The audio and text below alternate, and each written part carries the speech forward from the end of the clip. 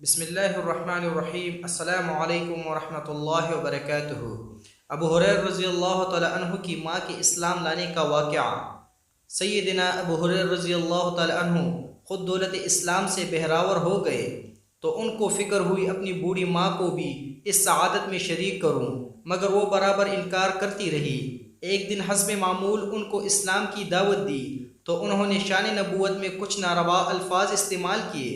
ابو ہریرہ رضی اللہ تعالی عنہ روتے ہوئے ان حضور صلی اللہ علیہ وآلہ وسلم کی خدمت میں حاضر ہوئے اور یہ واقعہ بیان کر کے ماں کے اسلام لانے کے لیے طلب دعا ہوئے۔ رحمت عالم نے دعا فرمائی، یا اللہ ابو ہریرہ رضی اللہ تعالی عنہ کی ماں کو اسلام کی ہدایت دے۔ واپس ہوئے تو دعا قبول ہو چکی تھی۔ والدہ اسلام قبول کرنے کے لیے نہا دھو کر تیار ہو رہی تھی۔